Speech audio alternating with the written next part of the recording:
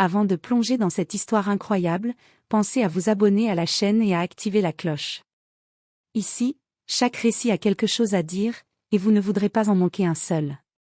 Depuis sa naissance, Ethan Carrington avait toujours été différent aux yeux de ses parents. Pas différent dans sa gentillesse ou son intelligence, non, différent à cause de son apparence.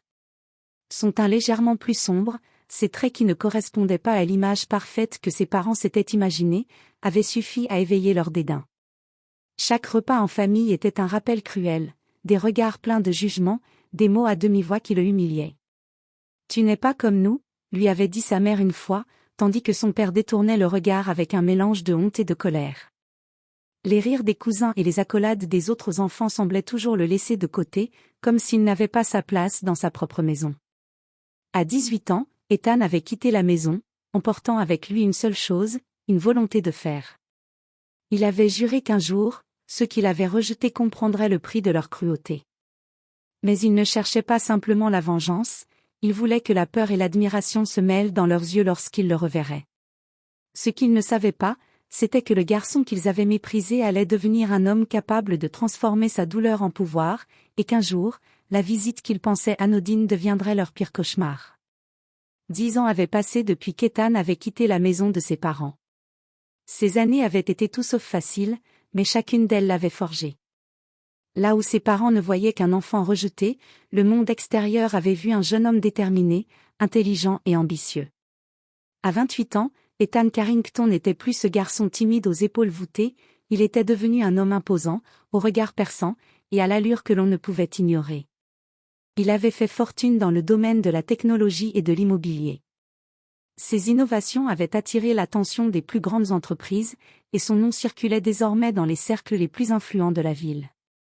Mais malgré son succès, il gardait au fond de lui un feu ardent, l'envie de confronter ceux qui l'avaient autrefois humilié.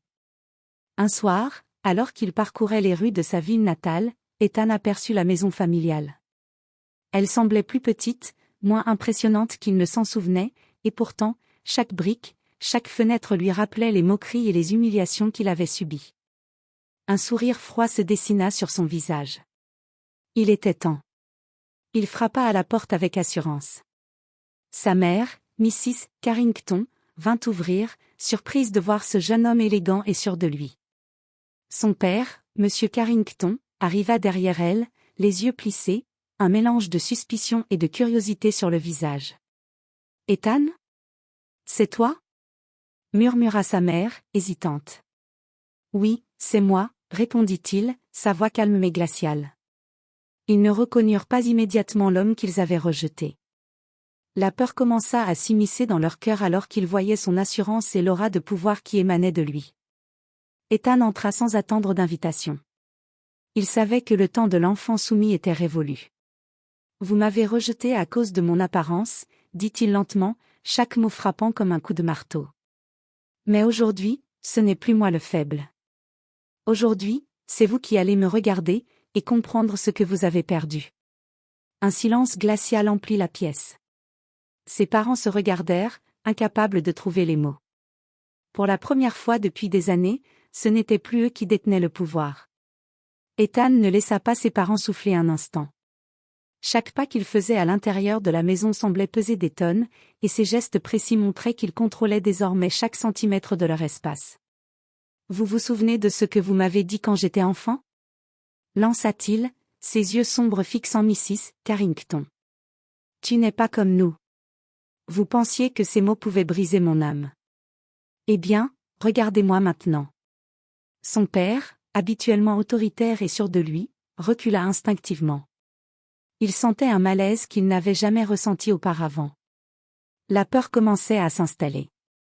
Ethan s'approcha du bureau familial, prit un carnet et le posa sur la table. « Je veux que vous regardiez ceci, » dit-il calmement. Curieux et nerveux, M. Carrington ouvrit le carnet. Les pages étaient remplies de coupures de journaux, de documents financiers, et de preuves irréfutables. Ethan était devenu un magnate de l'immobilier et de la technologie. Chaque projet, chaque entreprise, chaque innovation avait été notée et documentée méticuleusement. Les chiffres étaient impressionnants, et une chose était claire, Ethan détenait désormais plus de richesses et de pouvoir que ses parents n'auraient jamais pu imaginer. Tout ce que vous avez rejeté, tout ce que vous avez ignoré, c'est maintenant la réalité que vous ne pouvez plus ignorer, dit Ethan, sa voix glaciale résonnant dans la pièce. Mrs. Carrington tenta de parler, de murmurer un mot d'excuse, mais Ethan leva la main. Pas de mots. Pas encore. Je veux que vous compreniez la peur, la vraie peur.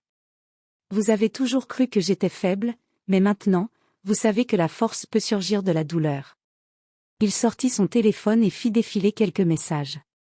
Sur l'écran, on voyait des contrats, des transactions et des acquisitions de plusieurs propriétés de luxe, dont certaines se trouvaient juste en face de la maison familiale. Bienvenue dans mon monde, dit-il avec un sourire froid. Demain, votre maison sera surveillée, vos finances scrutées, et chaque pas que vous ferez sera sous mon regard. Pour la première fois, le couple Carrington réalisa que l'enfant qu'ils avaient rejeté n'était plus un enfant. L'homme devant eux était implacable, méthodique et terrifiant. Ethan se leva, prêt à partir. Réfléchissez à vos actions, dit-il en franchissant la porte. Vous verrez bientôt ce que cela signifie de jouer avec quelqu'un que vous avez cru faible. Et sans un mot de plus, il s'éloigna, laissant derrière lui une maison silencieuse et deux cœurs remplis d'une peur qu'il ne connaissait pas. Le lendemain matin, les Carrington se réveillèrent avec un malaise étrange. La maison, qui avait toujours été leur sanctuaire, semblait soudainement étrangère. Chaque bruit, chaque ombre semblait annoncer la présence d'un spectre qu'ils ne pouvaient voir. Ethan, lui, observait tout à distance. Depuis son bureau dans son luxueux appartement de la ville, il suivait chacun de leurs mouvements grâce aux caméras qu'il avait fait installer autour de leur propriété. Son plan n'était pas de détruire physiquement ses parents, mais de leur montrer qu'ils étaient désormais sous son contrôle. La première confrontation concrète arriva dans le bureau bancaire de ses parents. Sous prétexte de vérifier leurs finances personnelles, Ethan avait organisé une réunion avec leur banquier, mais ce dernier, intimidé par l'influence d'Ethan, ne put que confirmer des chiffres alarmants. Plusieurs de leurs comptes étaient désormais à risque. Les investissements qu'ils pensaient sûrs étaient maintenant sous la gestion d'Ethan. Vous voyez, dit Ethan calmement en apparaissant dans le bureau derrière eux, ce que vous avez ignoré, ce que vous avez méprisé, a grandi sans vous. Et maintenant, il tient votre monde entre ses mains. Monsieur Carrington tenta de protester, mais sa voix tremblait. Ethan, ce n'est pas juste, nous sommes tes parents. Juste ou pas, répondit Ethan, froidement, le monde ne fonctionne pas sur la justice sentimentale, papa. Il fonctionne sur la conséquence de vos choix. De retour à la maison, les parents commencèrent à ressentir la pression psychologique, des contrats à renégocier, des propriétés surveillées, des messages subtils leur rappelant que chaque mouvement était scruté. Chaque son de téléphone, chaque notification d'email leur rappelait la présence d'Ethan, invisible mais omniprésente. Mrs. Carrington, en proie au désespoir, tenta de parler de leur passé. Ethan, nous étions injustes, nous étions aveugles. Mais il secoua la tête. Les excuses ne réparent pas la peur que vous avez semée. Maintenant, vous savez ce que cela fait de ne pas être reconnu, d'être rejeté à cause de ce que l'on est. Vous avez voulu me briser, je vous montre seulement que je suis plus fort que vos cruautés. La peur s'infiltrait dans chaque aspect de leur quotidien. Ethan ne leur avait pas encore fait de mal physique, mais le contrôle qu'il exerçait sur leur vie était une prison invisible. Et dans le silence de leur maison, ils comprirent enfin que leur enfant rejeté n'était plus un garçon vulnérable, mais un homme capable de transformer la douleur en pouvoir et la peur en arme. Quelques semaines s'étaient écoulées depuis la première visite d'Ethan.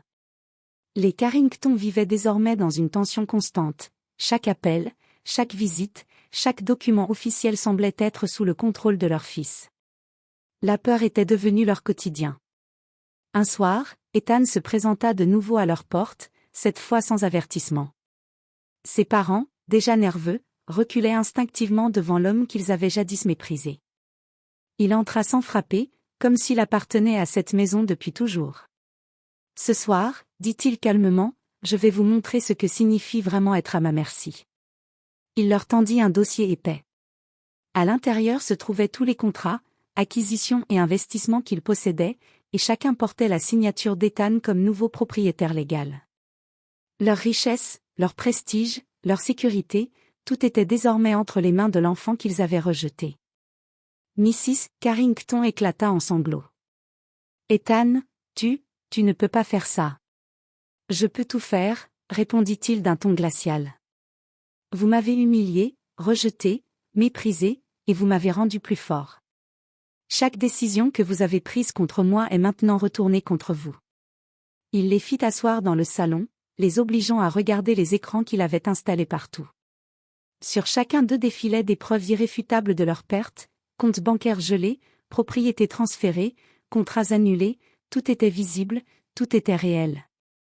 Vous pensiez que le rejet pouvait me détruire, dit Ethan en s'avançant, son regard brûlant de calme colère. Mais ce rejet m'a forgé.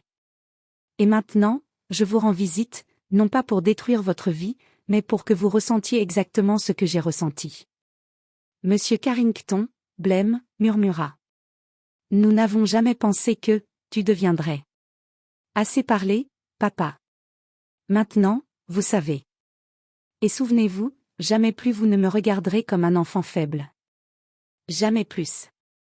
Ethan se leva et quitta la maison, laissant derrière lui 2 êtres brisés par la peur et le regret.